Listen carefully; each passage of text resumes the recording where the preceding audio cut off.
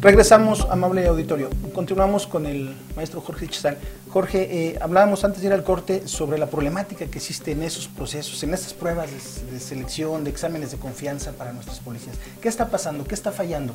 ¿Realmente está sirviendo de algo esa capacitación? Esos millones y millones que la Federación invierte en programas de Subsemun, de capacitación, etcétera. Últimamente policías que tenían primaria ahora les dan facilidades para que cursen la secundaria, para que en un examen hagan la prepa o alguna carrera, incluso para una carrera profesional, para tener gente más profesional.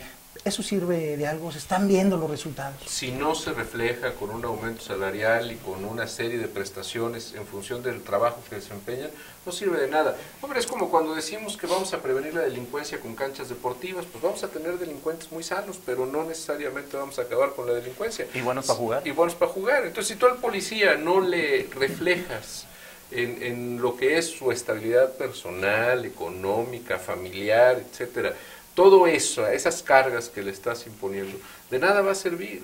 Ahora, la reforma de 2008 a la Constitución buscaba, además del sistema acusatorio, además de los juicios orales, una policía científica.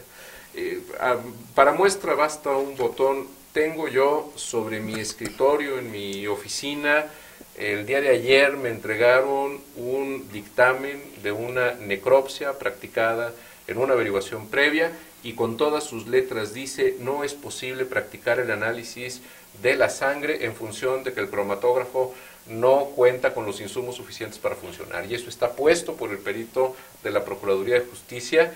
Y entonces, ¿cómo le podemos exigir una investigación científica? Pues tenemos que pedirle a los policías que actúen a su leal saber y entender. Y si ese leal saber y entender no va de la mano, además de la educación, con toda esta parte económica que estoy hablando, pues van a saber y entender muy poco, ¿no? Como para poder resolver el asunto. Y eso se ha manifestado incluso en las mismas agencias del Ministerio Público, que trabajan con mucha escasez de recursos materiales. ¿Y cómo les vas a exigir resultados? ¿Cómo les exiges? Bueno, hay veces que hasta el papel, ¿no? A veces hasta el papel o el tóner para los equipos, y que muchos de ellos son hasta obsoletos. O de ellos, porque en algunos lugares hasta ellos tienen que proporcionar los elementos para trabajar. Así es. Sí. Bueno, yo no entiendo, pero por ejemplo en el estado de Aguascalientes, que recientemente me tocó ir, y me tocó estar en la Dirección de Servicios Periciales, una Dirección de Servicios Periciales habilitada, y que el gobierno del estado ha metido muchísimos recursos económicos para habilitar esta parte científica.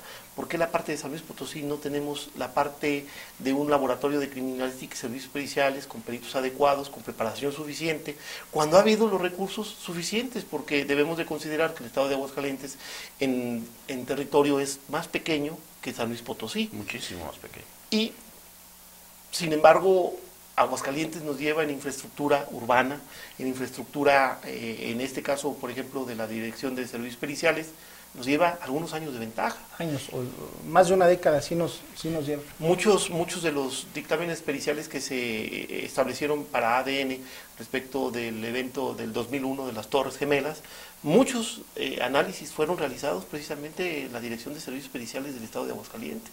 Entonces, San Luis Potosí puede ser pauta, puede ser pionero en esta situación. Falta voluntad política, falta voluntad económica, sobre todo para hacer aparatos que están todavía guardados. Porque no hay quien los maneje. Ni quien sepa manejarlos.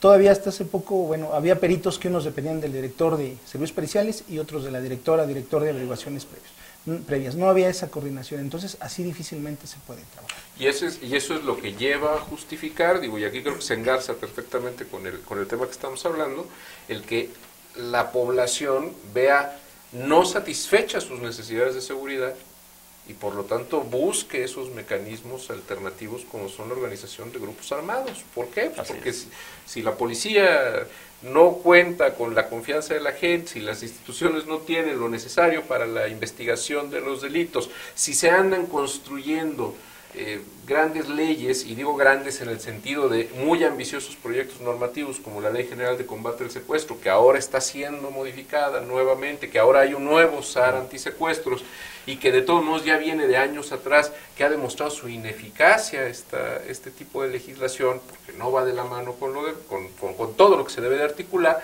Bueno, pues por eso entonces hay quien dice no nos metemos en problemas, o mejor dicho, nos metemos en otros, agarramos las armas y nos salimos a la calle. Así es. ¿Qué se Pero aún espera? así es preferible. ¿Qué se espera de estos grupos de autodefensa? ¿Se tienen que regularizar? ¿Se tienen que registrar las armas que son parte de los acuerdos? Yo creo que se sí, tendría licenciado que Martín, hacer en algo ese mucho más que sentido. eso, mucho más que eso. Tratarlos de someter a una especie de legitimación, cuando menos, de tenerlos controlados, de saber qué armas portan, si Eso, realmente ejercer un este control tipo, sobre ellos. un control que sea realmente efectivo. Si algunos policías a veces salen de control, imagínate una gente, como lo mencionó al principio del programa el licenciado Benjamín, una gente que no está preparada, que no tiene el conocimiento ni la preparación paramilitar, porque digo, finalmente es un procedimiento paramilitar, los policías reciben instrucción paramilitar, reciben tácticas, adiestramiento y finalmente y disciplina. Aquí no podríamos encontrar una disciplina, no le podrías exigir a una autodefensa que no tome cerveza. Y sobre todo están muy bien armados, traen armas de grueso calibre. Así es. Entonces, pero también hay que ver cuál es el grado de impotencia de la población, pues para que se haya decidido a armarse, a hacer frente, a actuar, a hacer un frente común, ¿sí? Y bueno, pues también no debemos de dejar la reacción que puedan tener los grupos delincuenciales en contra de estos elementos de autodefensa, ¿no? Porque finalmente también van a ser carne de cañón. ¿Es capaz el Estado mexicano de terminar con esta problemática? Primero, con la parte de la delincuencia. Segundo, una tarea no nada fácil, poner en orden estos grupos de autodefensa. Ellos dicen, detienen a las cabezas, entregamos las armas. ¿Qué garantiza eso?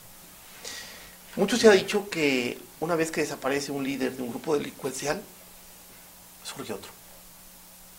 Desgraciadamente. La experiencia es La experiencia es lo que nos ha arrojado, ¿no?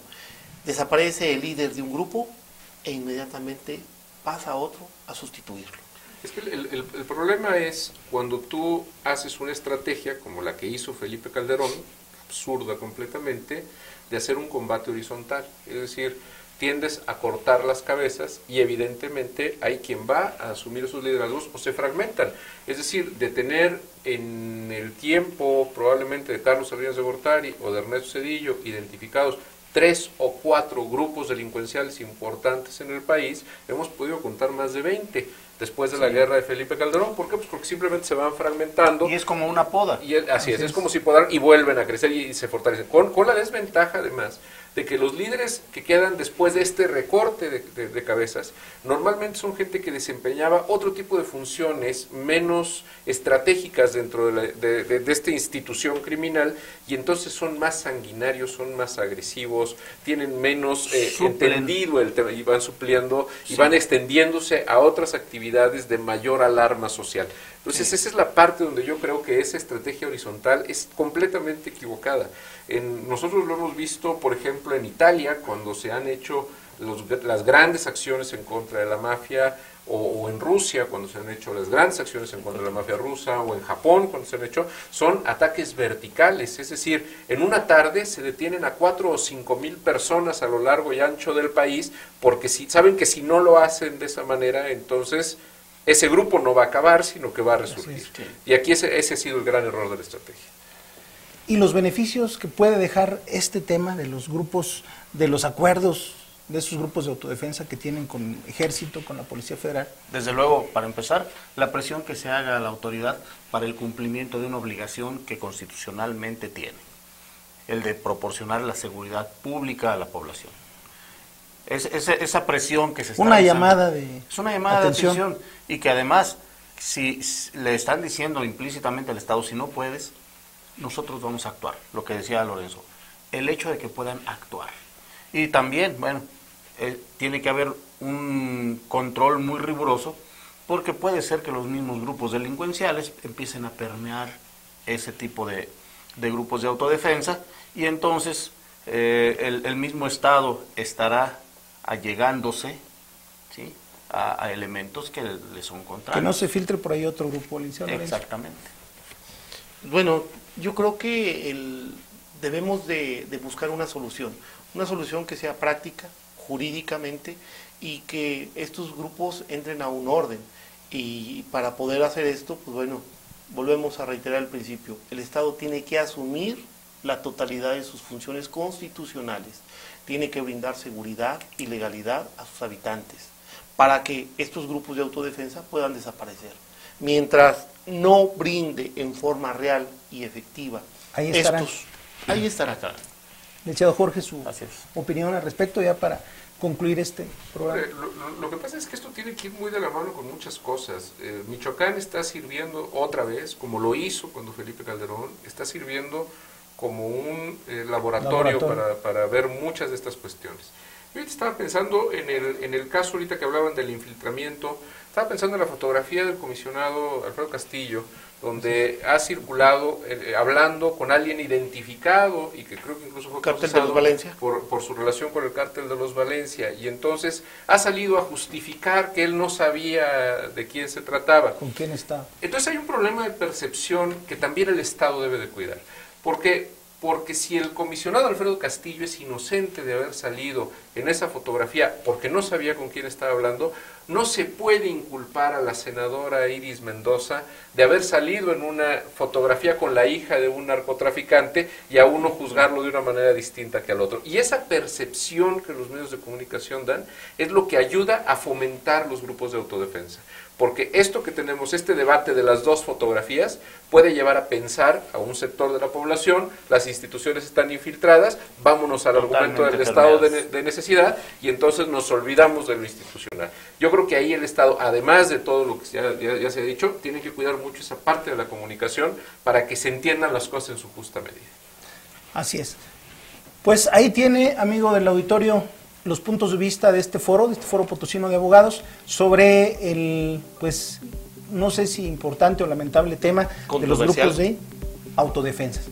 Como siempre ha sido en este programa, la mejor opinión la tiene usted, que nos sigue semana a semana. Muchas gracias y muy buenas noches.